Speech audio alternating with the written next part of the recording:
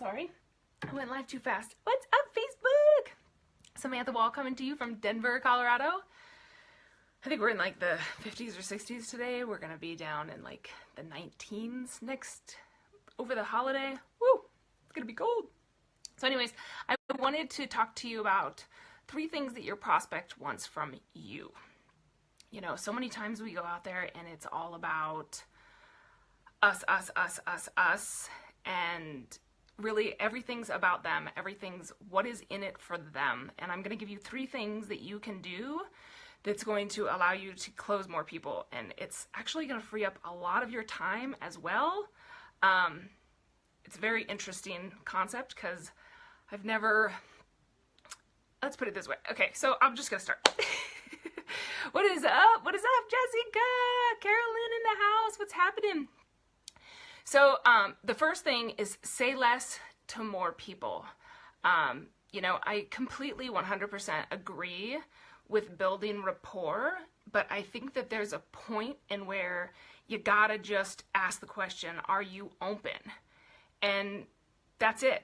You know, when you're constantly trying to build this rapport and you're going back and forth, it becomes this thing, especially with people like, I personally thought that I was really good at building rapport, and it turns out that I'm really no good at small talk. And so building rapport here and the small talk doesn't work with me.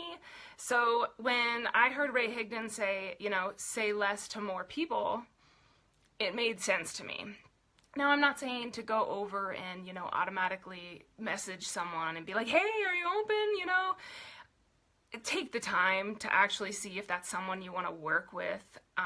You know, go over their timeline, come up with a fancy something to say at the beginning of your message so that it catches their eye.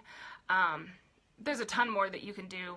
That's a whole different training. But anyways, that's the first thing. Say less to more people. They're going to respect you more when you just kind of get to the point, you know, versus nobody nowadays has time. So just say less to more people.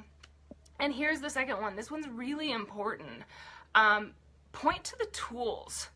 Whatever tools your company has for you, point to those. You know, I saw a post the other day where somebody had said something about, you know, how come somebody asks so many questions after you send them a video when if they would have just watched the video, they would know the answers to those questions? Well, there's a lot of reasons behind that, and one of the reasons is if you are prospecting someone and someone's watching you and they're thinking to them, they're literally, you know, dissecting you. How are they going to be able to do what you do? Okay, so you want to stay duplicatable.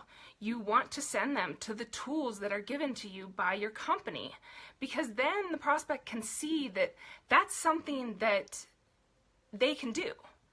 You know, so if you do have somebody who's like asking questions after the video, you know, you can always just ask them, you know, you want to jump on a Zoom real fast and, you know, we can go over these questions and then just replay the video for them, you know, and then be like, okay, because like, you know, one of the comments underneath also, which I thought was very interesting too, is we're all different learners. You know, there's some people who like to read things, there's some people who like to watch things, there's some people who like to hear things, and you can look for certain words when you are speaking to someone to find out what kind of a learner they are. You know, if they're using the word I hear, you know, I heard, I see, I saw, you know, you can start dissecting and see what kind of a learner they are. It actually taught me what kind of a learner I am, so it's pretty cool.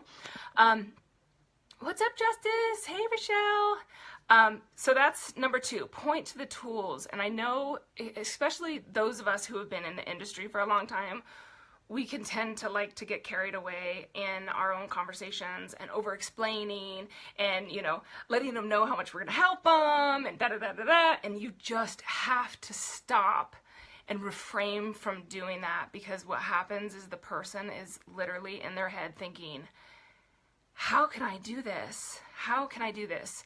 So, you know, I talk about content and stuff like that as well. And that's a big thing for content too. You know, you want to be able to point your people so that you can become duplicatable, so that, you know, if somebody comes to you and asks you, hey, how do I find this in my back office?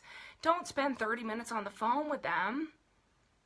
Go, hey, you know what? That's a great question. I'm going to shoot a video real fast, and that way I can use it, you know, and you can use it, and if anyone ever asks you, and then point them to that.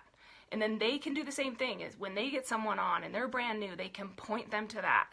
So that's it. Point to the tools. Make sure you're using the tools. It is key. Those tools are written by experts. They're shot by experts, and they're there to do your job, and you want to be duplicatable. Therefore, you want to make sure that your prospect sees from the beginning that it is very duplicatable. So make sure to point to the tools.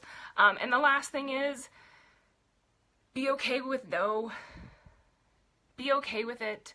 You know, so many of us spend so much time inside of our own minds thinking about how we could have said something different, how we could have, you know, had them message us back, and, you know, all this time in our heads when just move on.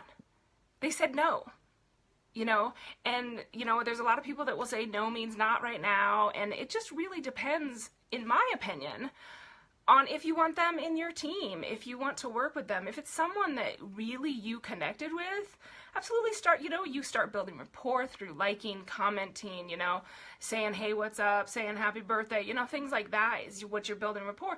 But if they say no from the beginning, it's okay. Just move on. Because it's all about asking the next person, because the more people you talk to, the less you say to people, the more you send them to the tools, the more people you're going to close. I promise, and it will free up so much of your time if you just use this. So that is it. That is what is up. Hey, what's happening? So thank you, John, Carolyn, Jessica, Rochelle is in the house, Sean, Kristen. That's it. You know, those are the 3 things, guys. Say less to more people. Ask the question. If they say yes, you know, point them to the tools. Make sure you're using those tools. Don't overtalk. Just don't. I've done it a lot. And I've stayed in my head a lot. And now that I'm learning, I mean, it's just like, you know, like Ray Higdon says, I'm inside of Rank Makers, and I've learned a lot from Ray. And one of the things he says is, like, you're a professional, okay? You see yourself making whatever amount of money it is, you know, $100 extra a month, awesome, you know, $100,000 extra a month, whatever. But you're a professional either way. So, you know, when you call a lawyer's office and you're like, hey, you know, kind of interested in what you're doing, can you send me some information? And they're not going to be like, sure, what time are you going to be around? I have all day tomorrow, blah, blah, blah, blah. They're going to be like, no, this is when you're going to have a chance to talk to me. And, you know, the same thing. If somebody asks you questions, you point them to tools. You know, any kind of professional who's making a lot of money does not have time to do all that stuff. And you want to stay duplicatable. So definitely, those are my tips today. I hope you guys all have a wonderful, what is today? Tuesday. It's Tipsy Tuesday. What's happening, Angela? Thanks for stopping by, everybody. Thanks for hanging out with me on this Tuesday. I hope you guys have a wonderful day. Bye for now.